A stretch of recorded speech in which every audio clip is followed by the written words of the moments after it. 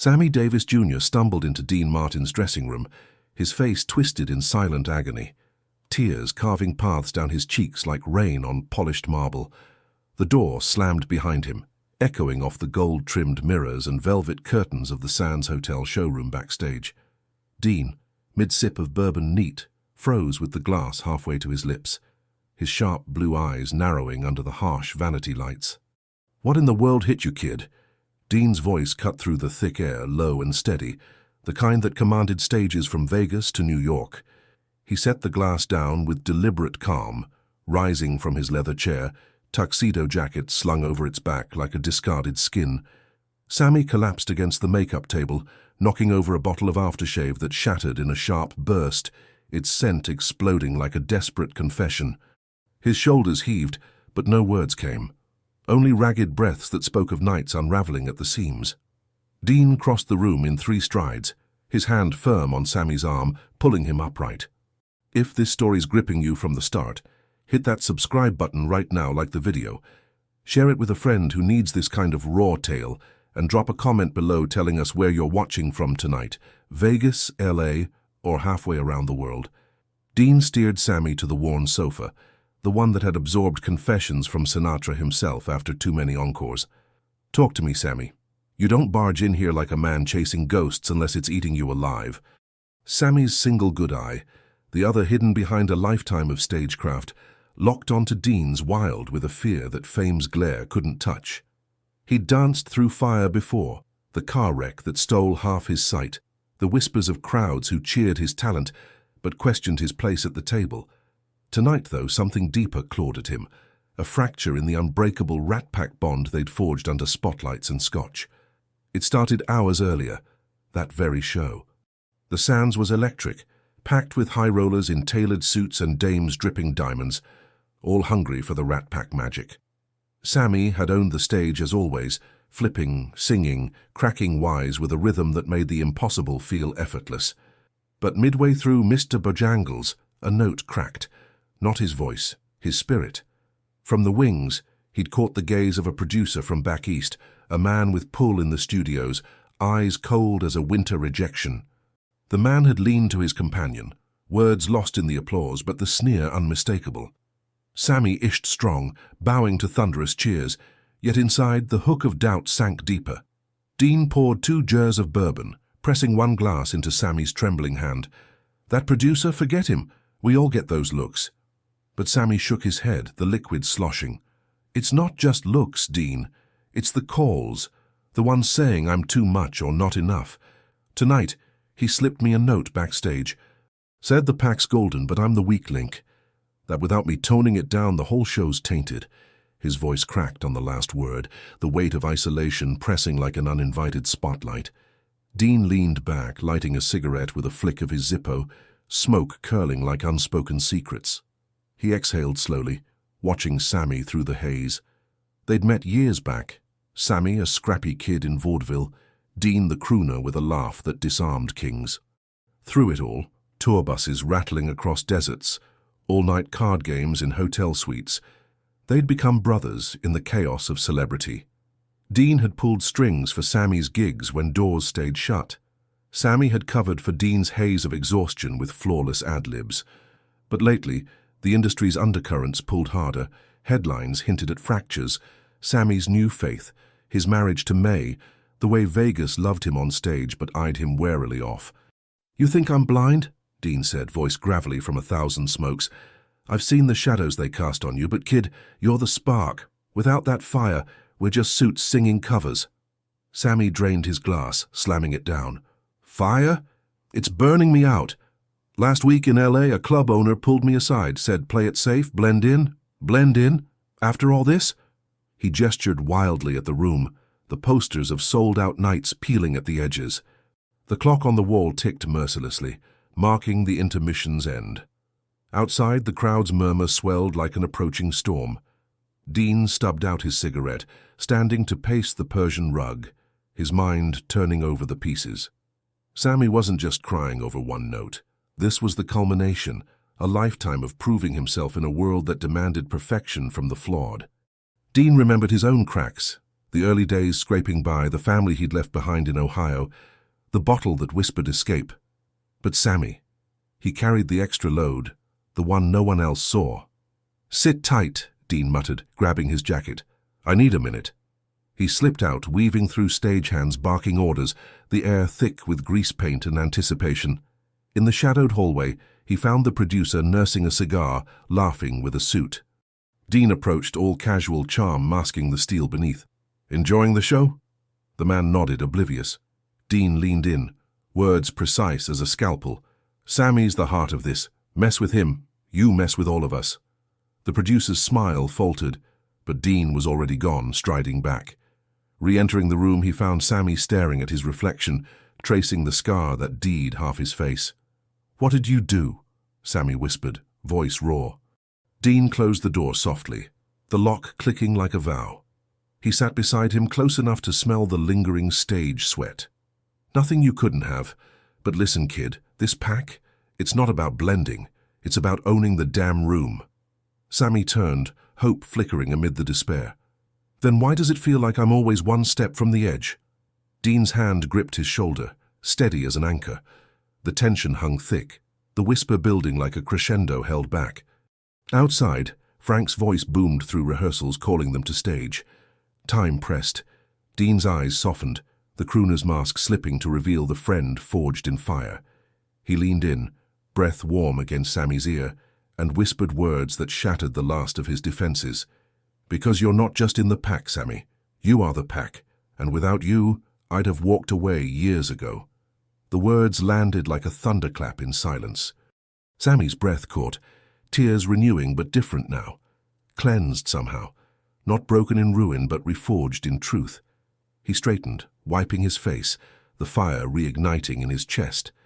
They rose together, Dean clapping his back with that trademark grin. "Showtime, brother. Let's remind them why they came." As they stepped toward the door, the roar of the crowd awaited. But inside Sammy, a quiet revolution stirred. One man's whisper had mended what the world had tried to tear. Yet the night was far from over. Back on stage, under the blinding lights, Sammy felt eyes on him. The producers, the crowds, his own doubts lurking. Dean shot him a wink mid-duet, seamless as ever. But as the applause crashed, Sammy caught a shadow in the wings. A figure watching too intently, a reminder that whispers could cut both ways. If you're loving this dive into Rat Pack secrets, subscribe now for part 2. Like if Dean's whisper hit you hard, share with your crew, and comment your favorite Sammy moment below. Sammy froze in the doorway, the echo of Dean's words hanging like smoke in the dim light of the dressing room. The mirror's bulbs cast harsh shadows across his face, highlighting the fresh tracks where tears had carved paths through his makeup. Dean leaned back in his chair, cigarette dangling from his lips, his eyes steady. Too steady, like a man who'd seen every crack in the glamour. "You think I don't get it, Dino?" Sammy's voice cracked, barely above a whisper. He stepped inside, closing the door with a soft click that felt Al. The room smelled of whiskey and pomade, the faint hum of the casino crowd seeping through the walls like a distant storm. "They cheer for me on stage, but off it, I'm just the tap-dancing novelty. Tonight, some suit in the front row, big shot from the label, looks right through me when I try to shake his hand." Dean exhaled slowly, the smoke curling toward the ceiling. He didn't rush to comfort, didn't pat the chair beside him. Instead, he stubbed out the cigarette and lit another, the flame flickering across his impassive features. "Sit," he said, ally, gesturing with his chin. Sammy hesitated, then dropped into the seat, elbows on knees, hands clasped tight enough to whiten his knuckles. The silence stretched, thick and probing. Dean watched him, not with pity, but with the calculating gaze of a card shark sizing up a bluff. Outside, the orchestra struck up another number, Sinatra's voice crooning through the vents, smooth as ever. Sammy's shoulders tensed at the sound. Frank, the kingpin, the one who'd pulled him into this glittering circle, only to remind him, time and again, of the invisible lines. "It ain't just the suits," Sammy muttered, staring at the floor. "It's the whispers, the looks. Last week in LA, that club, prime table, but they seat me in the back. I smile, I joke, but inside..." He trailed off, jaw clenching. Dean nodded once, almost imperceptibly. "You know why you're here, kid?" Dean's tone was low, conversational, like discussing tomorrow's set list. Sammy lifted his head, eyes searching. Not just talent. Frank saw it first. That fire. But fire burns the hand that holds it careless. Sammy leaned forward. "Then why does it feel like I'm always the one getting scorched? I give everything. Voice, moves, soul, and they still treat me like I'm borrowing the stage." Dean's lips twitched, not quite a smile. He rose, crossing to the small bar in the corner, pouring 2 glasses of amber liquid without asking. Handing one over, he settled on the edge of the vanity, close enough that Sammy could see the faint lines of fatigue etched around his eyes. "Because you're fighting the wrong battle, Sam. It's out there." He jerked his thumb toward the door. "They'll never see you full, not till you make 'em." The words landed like a quiet thunderclap. Sammy sipped, the burn steadying him. "And how?" "I've tried. Converting, changing, blending in. Nothing sticks." Dean set his glass down, leaning in until their faces were inches apart. His voice dropped to a murmur, intimate, laced with the weight of unspoken histories. "Stop blending. You're not one of us, and that's your blade. Frank, me, we're white boys playing rebels. You're the revolution they fear, but here's the whisper that changes it all. Walk away from the pack. Not tomorrow. Tonight." Sammy recoiled as if slapped, glass nearly slipping from his grip. The room seemed to shrink, the walls pressing in with the muffled roar of applause from the showroom. "Walk away? After everything? Frank brought me in." "Frank keeps you close to control the spark," Dean cut in, voice sharpening like a knife edge. "He loves you, sure. But love in this game, it's a leash, you've seen it. How he shines the light, then dims it when suits complain. I watched you tonight, holding back that high note because some drunk in row 3 muttered under his breath. Enough." Sammy's breath came shallow now, chest rising and falling. Memories flashed. The car wreck years back, the eye gone forever, Frank at his bedside with promises of brotherhood. The late-night calls, the shared stages, the laughter masking the slights. Dean's gaze held him pinned, unrelenting. "You're breaking me with this," Sammy whispered, voice trembling on the edge. But there was no sob, just the raw unraveling of certainty. Dean's hand rested on his shoulder, firm, unyielding. "Good. Breaks the chains first." Dean straightened, glancing at the clock. "Show's winding down. Frank'll be here soon, all charm and cigars. You decide now. Stay the sidekick or step out and own the night." Sammy stood unsteady, the glass forgotten on the table. The mirror reflected a man divided, half the polished performer, half the storm brewing beneath. He met Dean's eyes one last time, the whisper echoing in his skull like a dare. "If this Rat Pack revelation has you hooked, smash that subscribe button for the explosive ale. Like if Dean's truth shook you, share with a friend who loves old Hollywood secrets, and drop in the comments, would you have walked away?" The door to the dressing room swung open minutes later, Frank Sinatra striding in like he owned the air itself. His fedora tilted just so, tucks impeccable, a grin splitting his face. "Gentlemen, what's this, a private wake without me?" He clapped Sammy on the back a bit too hard, eyes flicking between them with that predatory sharpness. Dean slid back into his chair, casual as ever, lighting yet another smoke. "Just boy talk, Frankie. Sam's got a big decision brewing." Frank's laugh boomed, but it didn't reach his eyes.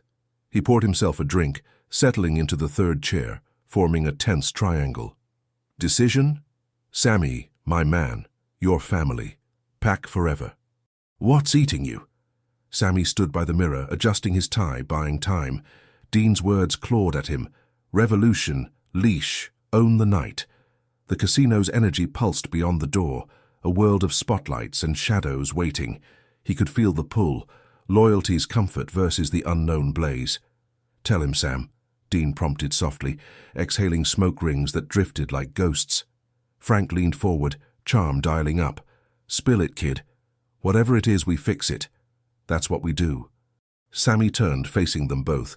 His voice emerged steady, forged in the whisper's fire. "It's time I headline my own show, solo. No pack." The room went still. Frank's glass paused mid-air, his grin freezing into something colder. Dean watched, impassive. the architect of the fracture. Frank set the glass down deliberately. Solo? After all this? His tone was velvet over steel. You think the world's ready for Sammy Davis Jr. without the frame? I know it isn't, Sammy replied, chin lifting. But I'll make it ready. Tension coiled like a spring. Frank's eyes narrowed, calculating odds, alliances shifting in the silence. Dean broke it first, rising with a stretch. Show me yours, Sam. I'll back the play. Frank shot him a look, sharp, questioning. But Sammy seized the moment, grabbing his jacket. Vegas tomorrow. My name top billing. As he pushed toward the door, Frank called out, voice laced with warning. Kid, this game's rigged. Walk out, you walk alone. Sammy paused, hand on the knob, Dean's whisper fueling the turn. Alone's where I start owning it. The door clicked shut behind him, leaving Frank and Dean in the haze. Frank swirled his drink, staring at the empty space. What the hell was that? Dean smiled faintly, the first real one all night. Truth, Frankie, sometimes it breaks to build. Out in the hallway, Sammy moved through the throng of admirers and staff, head high, the weight lifting with each step. The casino lights blurred into streaks, the future uncertain but his. Whispers followed, curious, speculative, but he didn't glance back. Backstage chaos enveloped him, dancers rushing, stagehands hauling props. He slipped into his own dressing room, smaller than Dean's, but tonight it felt vast. Mirror in hand, he rehearsed the solo set in his mind, bigger, bolder, unapologetic. A knock rattled the door. He opened it to DA Runner, breathless.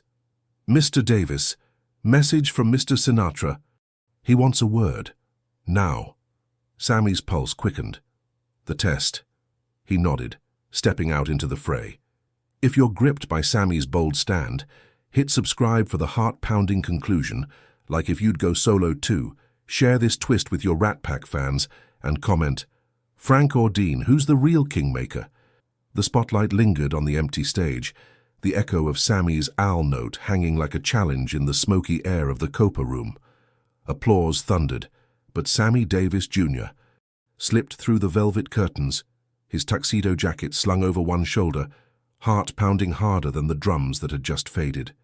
He pushed past crew members whispering in clusters, their eyes wide with the shock of what he'd just done, declaring his solo path right there, mid-show, in front of Frank Sinatra's inner circle and a packed house of Vegas high rollers. His feet carried him down the dim corridor, lined with gold-framed posters of legends who'd owned these boards. Dean Martin's dressing room door loomed at ease half open, spilling warm light and the faint scent of scotch and cologne. Sammy didn't knock. He burst in, shoulders heaving, tears carving silent tracks down his cheeks. Dean lounged in a leather chair, tie loosened, a cigarette dangling from his lips. He looked up slowly, unsurprised, as if he'd rehearsed this moment in his sleep. Sammy, Dean said, voice low and steady, like a bass line holding the chaos together. He stubbed out the smoke, rose without hurry. Sammy collapsed against the vanity mirror, fists clenched on the edge, reflection fracturing into a dozen trembling versions of himself. I did it, Dean. I told him. Frank's face. God, it twisted like I'd stolen his soul. Sammy's words tumbled out, raw edges catching on sobs he tried to swallow. But what now? They own this town, the pack. Without it. Dean stepped closer, hand on Sammy's shoulder, firm but not gripping. The room felt smaller, walls pressing in with the weight of unspoken histories. Nights in Chicago basements where Sammy dodged bottles for daring to shine, deals cut in smoky backrooms where talent bowed to egos bigger than the marquees. Dean had seen it all. The quiet slights masked as jokes, the doors half shut because of skin tone clashing with sequins. You walked in here crying once before, Dean murmured, eyes locking on Sammy's. Remember? That night in L.A. After the club owner said you could open but not sit at the bar. Sammy nodded, memory flashing, humiliation burning hotter than stage lights. Dean had pulled him aside then too, handed him a drink, let him vent until the rage cooled to resolve. Dean leaned in now, breath warm against Sammy's ear. His whisper cut through the din of distant applause like a scalpel through silk. Frank didn't make you, kid. Nobody did. You're the fire. They're just the matches, but matches burn out. Walk away clean or you'll flicker forever in their shadow. The words landed. Sammy froze, breath catching. Broke him, not in pieces but open, like a vault cracking to spill gold long buried. Dean wasn't whispering permission. He was handing over the key to a cage Sammy hadn't admitted existed. Frank's charisma, the pack's glow, it had been a throne, but one with chains disguised as spotlights. Sammy's talent had always been his own, forged in hardship Dean knew too well from his own climbs out of Ohio steel towns. Sammy slid to the floor, back against the vanity, knees drawn up. Dean sank beside him, silent companion in the carpet's plush hush. Minutes stretched. Outside, voices rose, Frank's laugh, sharp as broken glass, barking orders to the band. But here, truth settled like dust after a storm. "You mean it?" Sammy Alley whispered, wiping his face with a sleeve. "Go solo. For real?" Dean's nod was simple, eyes crinkling with that trademark half-smile. "I've been waiting for you to see it. Frank builds empires, but he fears giants. You're one, Sammy. Always were." They sat there as the night unwound, sharing stories in clipped rhythms. Dean recounting a botched gig in Cleveland, where he'd bombed solo before the pack scooped him up. Sammy admitting the fear that had kept him orbiting Frank's son. Tension uncoiled, not in grand gestures, but in the quiet forging of choice. Sammy rose first, straightened his jacket, mirror now showing a man unfractured. The next morning, headlines buzzed through the strip. "Davis breaks from Rat Pack. Solo stardom beckons?" Frank called, voice velvet over steel, suggesting a sit-down. Sammy met him at the Sands, coffee black and conversation direct. No blowout, just lines drawn.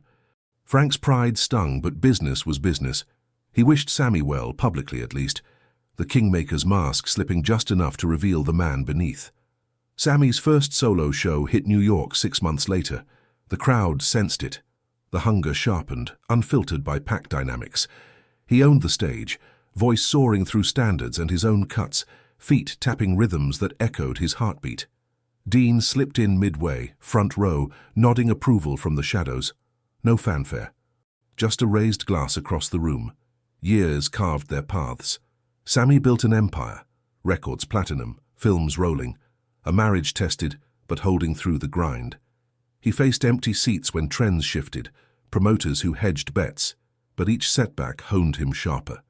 Dean's whisper echoed in the low points, a compass when Vegas lights dimmed.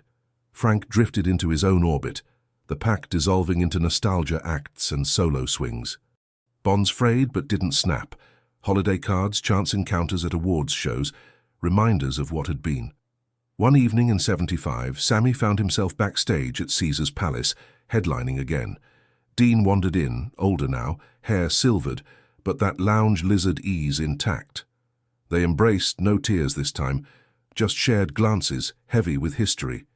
"You were right," Sammy said, clapping Dean's back. "The fire's mine." Dean chuckled, low and warm. "Told you. Now light up the world, kid." As the curtain rose, Sammy stepped out to roar of approval. The weight of that dressing room whisper transformed into fuel. He'd chosen his flame, tended it through winds that could have extinguished lesser sparks. The pack was memory, cherished, but not chain. Intumas breaking free hadn't shattered him, it had set him ablaze. If this Rat Pack saga gripped you from that tear-streaked door to the spotlight solo, smash subscribe for more cinematic twists. Like if Dean's whisper hit home, share with fellow old-school fans, and comment, would you have walked away like Sammy?